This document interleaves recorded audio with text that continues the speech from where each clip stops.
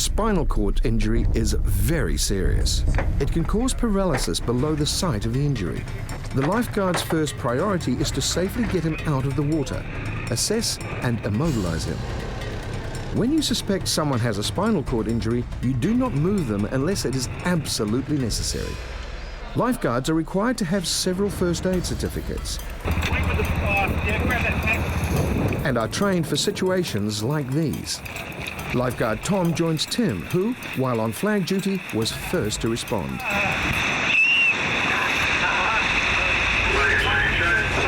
Yeah, go. He's a 30-year-old male sitting in a sample of surfboard. It's a spinal injury. Stand by for more details. Just get him out of the water now. Spinal board and everything on there. They've got it with them. Yeah, it's all copied. Show. Get up there by the rod. Yeah. Oxygen. Yeah, this one's a genuine, real deal spinal. Something's gone wrong with him. If you can get an ambulance on the way, and we're probably going to request Westpac. Yeah, it's all copied.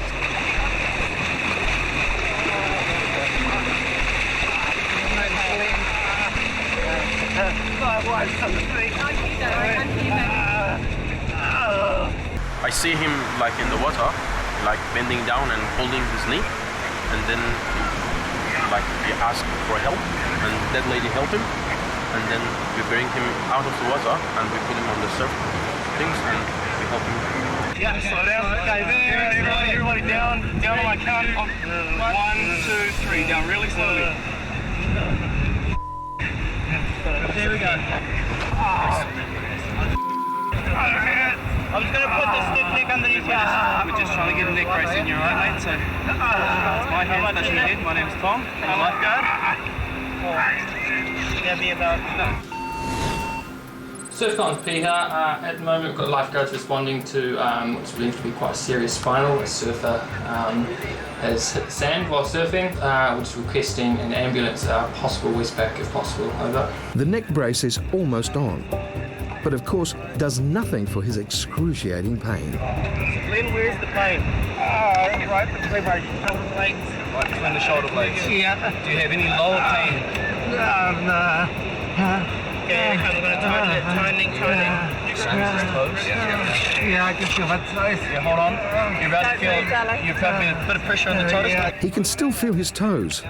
Lifeguards continually assess the patient for any changes. Anaru prepares the oxygen. Yeah, we're going to need a bit more manpower down here. We've got our hands full with the flags at the moment. Over. Yeah, copy. Aaron's coming down on the line now. I'm going to Duncan to flag. Yep, we could do. Yeah, check out my dad. Yeah. Girls, quick! Is he local or is he on the beach? Yeah, he's here. Just relax, get a bit of oxygen coming onto you. Right, best thing for you to do right now, man, is just relax. Right, I don't want you to be trying to move anything. Okay? Tim and Anaru set up the spinal board, the only safe way to transport him to the medical room. The doctor arrives. Are you awake? Yeah, I'm all good. Where's your pain? Basically between my shoulder blades, really tight. Okay, right. Release that. Okay. Can you wiggle your toes? Yeah. Move all right, okay. Have you got any pains down your back, down your legs? No. None at all? No. Okay. How about in your neck? No, that seems pretty sweet. Okay. Can you move your hands? See, everything's tight, right? Yeah. Yeah. Okay, what are you going to do? You're going to move him onto... We're going to get him onto the stretcher here. The doctor gives the go-ahead for transport. Okay. Guys, on the count of 3, I'll go 1, 2, 3, lifting on 3, alright? Watch that, it's nice and slow. Alright, lifting 1, 2, 3. Okay, rolling down, 1, 2, 3. Okay. Good job, mate. You alright? It's a really good job, Glenn, you're doing really well. Alright, guys, we want to slide it across, the count of 3. Alright, Glenn, not much longer, mate, we're going to do one more shift, alright? 1, 2, 3. Good job, man. Fair enough on there, guys. Someone jump off it. Westpac Rescue is unable to attend due to another emergency. In the patrol tower, radio communication with Surfcom is far from ideal. On the beach, Tom has secured the padding around his neck. Let's try and take it easy. When I've just put that around your neck, is that too tight? What have you done there? Copy, I've just directed the ambulance to meet you just outside the Surfcom. Just keep me posted with any other details. Surfcom's standing by. Internox is given. The only pain relief lifeguards are permitted to administer. Nice deep breath to that, Glenn, like that's some good pain relief there. Mate, it's not going to take all the pain away, it's just going to take the edge off it, okay? It's going to be nice for you, so I'm trying to get transported up the beach. 1, 2, 3. Yep. Right, going straight back. Down nice and slow. Yeah, way down. That's the one. Right, so just message you on the back with our quad bike here, Aaron, and we're going to transport you up the beach. Alright, we're going to be right beside you the whole way up.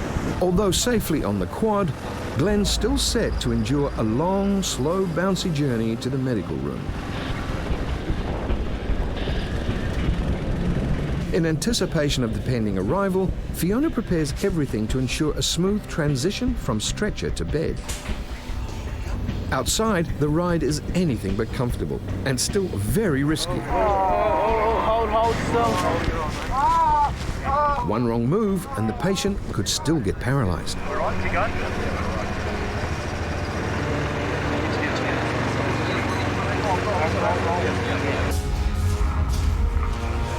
Finally, the team reaches the medical room to await the ambulance.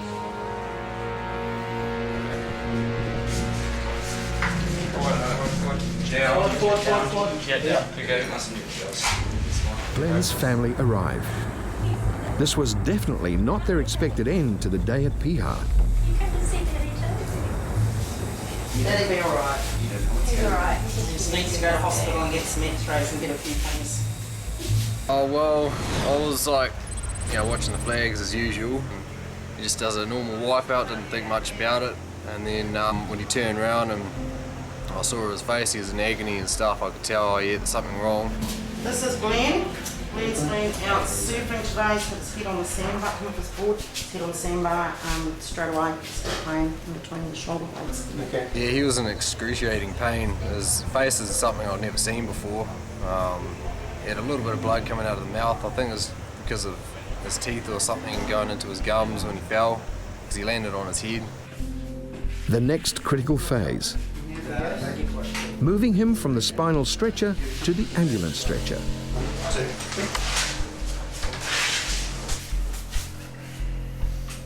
So what we're going to do is we're going to roll you to your left. 1, 2, 3.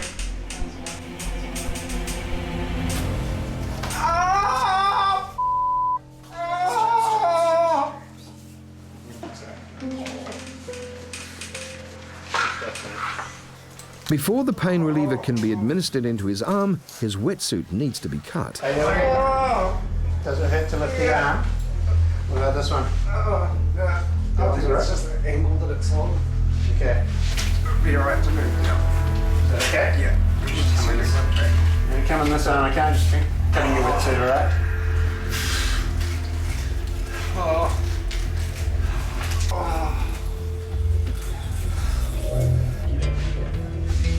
When we moved you, if we call that a 10 out of 10 pain. I've heard it, so I've never had pain bats. Okay. Have you had morphine before? Almost immediately, the morphine starts to work. That guy was in pretty excruciating pain. He wasn't able to, he didn't like the analgesic gas that we've got here.